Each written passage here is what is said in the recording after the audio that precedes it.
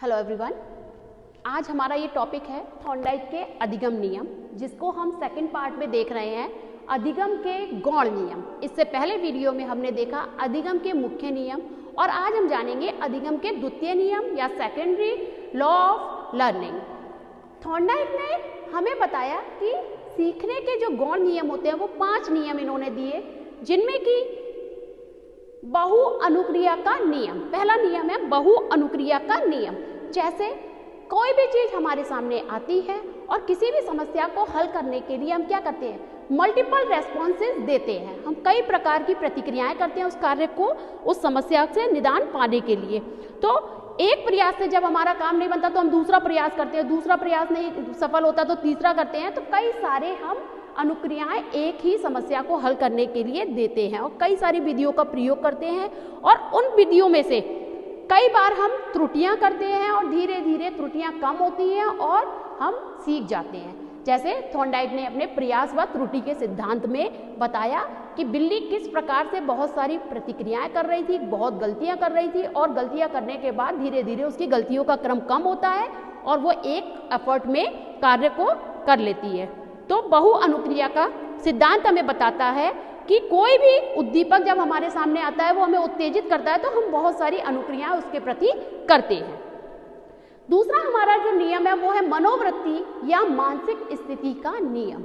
ये जो नियम है वो बताता है हमारी मेंटल स्टेट या हमारा एटीट्यूड किसी भी चीज के प्रति क्या है, हमारा रुझान उस कार्य को करने में है या नहीं, या हमारी मेंटल स्टेट उस काबिल है कि नहीं, हम कोई कार्य कर पाएंगे या नहीं। जैसे आपने देखा है कि बच्चे जो होते हैं वो पढ़ते समय अपने किसी सब्जेक्ट पे बहुत ज़्यादा फोकस करते हैं या उन्हें वो सब्जेक्ट का टीचर बहुत अच्छा लगता है तो धीरे धीरे क्या होता है कि उस सब्जेक्ट में उनका रुझान बढ़ जाता है। ऐसे ही किसी कार्य को ना करने के लिए हमारा जब उसमें इंटरेस्ट नहीं होता तो हम उस कार्य को करना नहीं चाहते हैं। लाख कोशिश के बाद हमें लगता है कि हम ये नहीं कर पाएंगे। जैसे आपने देखा है कि जिस बच्चे को मैथ से डर लगता है तो मैथ के सवाल जब उसका मन ही नहीं लगता, उसकी मेंटल स्टेट, उसके मन में ये बैठा हुआ है मैथ से डर, तो वो मैथ नहीं सीख सकता। और अगर वो कोशिश करे, अपना इंटरेस्ट उस चीज में बढ़ाए तो वो सीख सकता है। तो ये जो हमारा नियम है वो बताता है कि किसी भी कार्य के प्रति हमारी मनोवृत्ति क्या है, हमारी सोच क्या है और वो सोच हमारी मानसिक स्थिति डिपेंड करती है और उससे हमारे अधिगम को प्रभावित करते हैं कि अधिगम होगा या नहीं।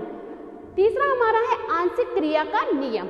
आंशिक क्रिया का नियम हमें बताता है कि किसी भी कार्य को जब हम करते हैं तो उसको छोटे छोटे पार्ट्स में, उसको अंशों में तोड़ के हम जब सीखेंगे तो लर्निंग अच्छी होगी, ना कि हम पूरी तरह से उसे करने की कोशिश करेंगे तो नहीं होगा। जैसे हम देखते हैं कि पढ़ते समय जब बच्चे को पढ़ाया जाता है तो क्या होता है, पहले आपको अक्षर पढ़ाए जाते हैं, फिर आपको अक्षर से शब्द बना के पढ़ाया जाता है, फिर वाक्य।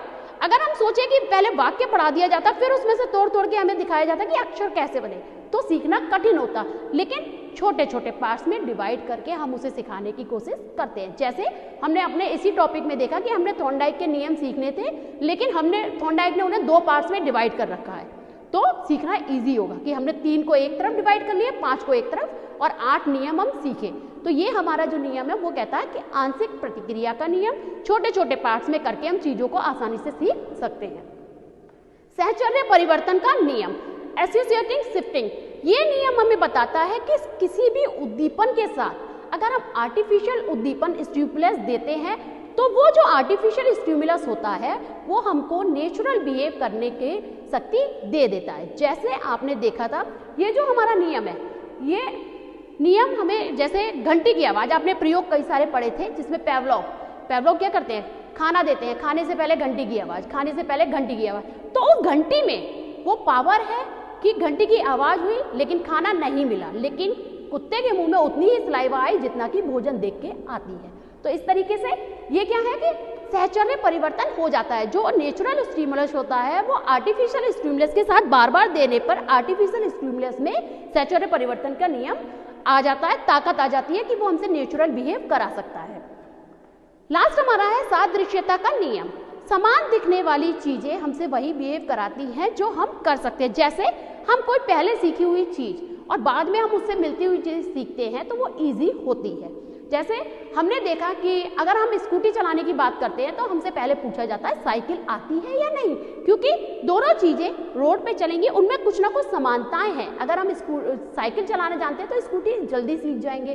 तो इस तरीके से समान दिखने वाली चीज़ों में हम वही जो हमने पहले सीखा है वही नियम लागू करते हैं और उस चीज़ को समस्या को समाधान करने की कोशिश करते हैं। तो ये हमारा होता है सादृश्यता का नियम या समान दिखने वाली। जैसे कि हमने कहावत सुनी है, दूध का जला छाछ फूंक कर पीता है। ये नियम बताता है, ये कहावत हमें बताती है कि एक व्यक्ति समान दिखने वाली चीज़, वाइट दिखने वाला दूध और वाइट दिखने वाली छाछ, जो दूध से जल चुका है वो क्या करेगा, वो छाछ को जब पिएगा तो उसका वही एक्सपीरियंस पहले वाला आ जाएगा कि कहीं जल तो नहीं जाएंगे। तो ये चीज़ हमें बताती है कि नियम अधिगम के नियम किस तरीके से कार्य करते हैं, और थॉर्नडाइक ने इन्हीं को समझाने की कोशिश की है। तो आज हमारे ये 5 नियम कंप्लीट हो गए। अब हमने थॉर्नडाइक के पूरे 8 नियम सीख लिए हैं। Thanks for watching.